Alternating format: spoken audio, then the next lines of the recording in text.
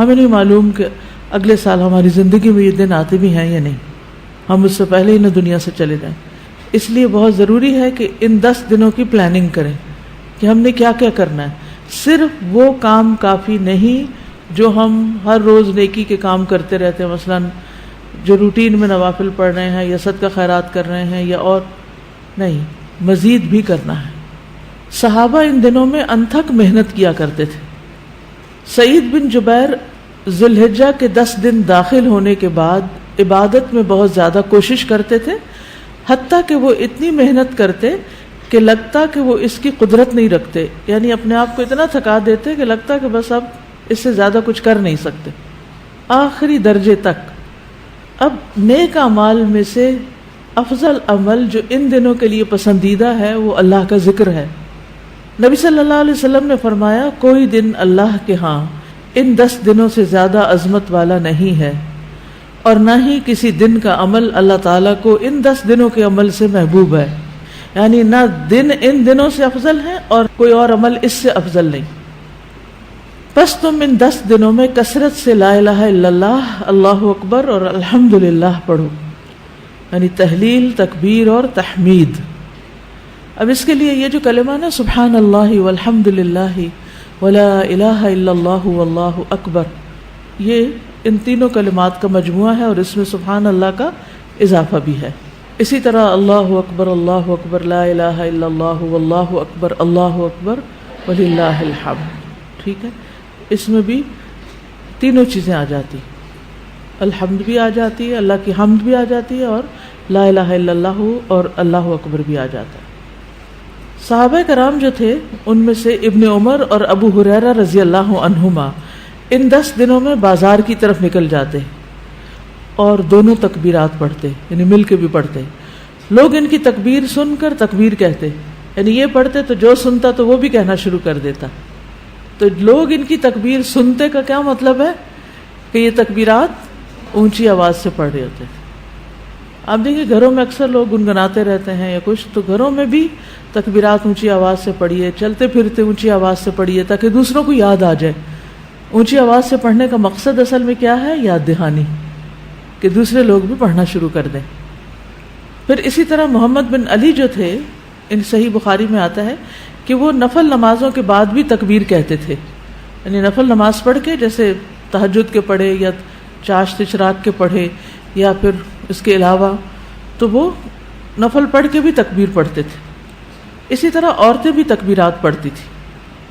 ابن عمر منا کے ان دنوں میں نمازوں کے بعد بستر پر، راستے میں اور دن کے تمام ہی حصوں میں تکبیر کہتے، یعنی ہر موقع پہ کہتے. انہوں نے صرف نفل کے لیے خاص نہیں کیا تھا، یہ صرف بازار کے لیے نہیں بلکہ بستر پہ بھی کہتے اور راستے میں بھی اور خیمے میں بھی اور ہر جگہ. اور ان میں سے کوئی بھی آپ الفاظ پڑھ سکتے ہیں، اللہ اکبر لا الہ الا اللہ واللہ اکبر وللہ الحمد، اور اللہ اکبر وللہ الحمد، اللہ اکبر. اسی طرح اللہ اکبر کبیرہ، اللہ اکبر و اجل، اللہ اکبر وللہ الحمد. پھر اللہ اکبر کبیرہ.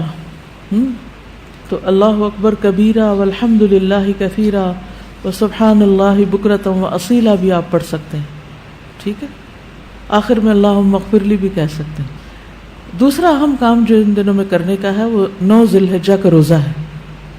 اس روزے کی خاص فضیلت ہے جس سے انسان کے گناہ معاف ہوتے ہیں، اور یہ دن 1 سال گزرے ہوئے اور 1 سال آنے والے گناہوں کا کفارہ بنتا ہے. لیکن اس کے علاوہ بھی آپ باقی دنوں میں روزے رکھ سکتے ہیں. خاص طور پر جن کے رمضان کے روزے رہتے ہوں وہ ان دنوں میں قضا کر لیں. جو شوال میں نہیں کر سکے، ذوالقعدہ میں نہیں کر سکے، اب ذوالحجہ میں کر لیں.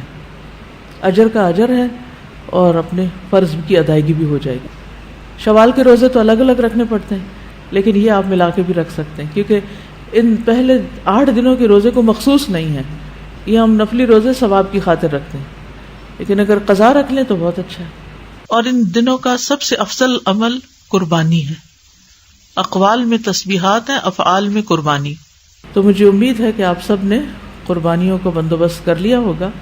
اگر ہر شخص الگ الگ نہیں کر سکتا، تو مل کے بھی اکٹھے ہو کے بھی قربانی کر سکتے ہیں، کیونکہ جان کا صدقہ تو کبھی بھی کیا جا سکتا ہے. تو عام دنوں میں کرنے کی بجائے ان دنوں میں انسان کر لے، ان دنوں میں پیسے جمع کرا لے. خاص طور پر غریبوں تک جو پہنچایا جاتا ہے گوشت، اس میں انسان اپنا حصہ ڈال لے. ایک طرف کیا کرنا ہے، تسبیحات کی کثرت، اور دوسری طرف کیا چھوڑنا ہے، غیبت، چغلی، طانا، فضول میں لغو باتیں، ہنسی مذاق. اپنے شر سے دوسروں کو محفوظ رکھنا، اپنی زبان سے دوسروں کو اذیت نہیں دینا، بدگمانی، تجسس، ٹوہ نہیں لگانا، آر نہیں دلانا، نفرت و بغض نہیں کرنا، ظلم نہ کرنا ہے نہ ہونے دینا ہے، کسی کو بے عزت نہیں کرنا، آر دلانا اور تانا دینے والی عادتوں کو چھوڑنا ہے. ٹانٹنگ، وہ جو عادتیں ہوتی ہیں نا، ان کو بھی چھوڑنا ہے. غصہ نافذ کرنے کی طاقت رکھنے کے باوجود اس کو چھوڑ دینا ہے. گالی گلوچ، بد زبانی، ان چیزوں سے بھی بچنا ہے. مسلمان کو ہر طرح کی اذیت دینے سے رکنا ہے. رشتہ داروں کی قطع تعلق ہی نہیں کرنی، ان کو منانا ہے. ظالم رشتہ داروں پر بھی مہربانی کرنی ہے. اپنے شر سے پڑوسیوں کو بچانا ہے. اپنے ایمان کی تجدید کرنی ہے. صبر اور عفو درگزر کرنا ہے. اچھا اخلاق اختیار کرنا ہے. اول وقت پہ نماز پڑھنا ہے. قیام لمبا کرنا ہے. ہو سکے تو تہجد پڑھنا ہے. روزہ رکھنا ہے.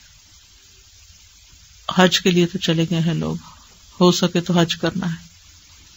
مالی صدقات میں اپنے اہل و عیال کی ضروریات پوری کرنا. ناراض رشتہ دار کو تحفہ دینا. اپنے بہن بھائیوں کی یا اپنے دوستوں کی ضروریات پوری کرنا. پانی پلانا. ایسا صدقہ جو خود کو محتاج نہ کرے کسی کا. ناراض لوگوں کو آپس میں صلح کرانا. کسی کو خوش کرنا، کسی کی پریشانی دور کرنا. پھر اپنے نفس اور خواہش سے جہاد کرنا. لوگوں کو اپنی برائی سے محفوظ رکھنا. اور صدقے خیرات میں کھانے پینے اور دیگر چیزوں کے علاوہ اچھی کتابیں، اچھے پیمفلیٹس اور خصوصاً اس ٹاپک کی اویئرنیس لوگوں میں کریٹ کرنا ہے. قرآن کی تلاوت میں عام روٹین سے زیادہ پڑھنا، اس کو انکریز کرنا ہے. اللہ سبحانہ وتعالی ہمیں عمل کی توفیق عطا فرمائے.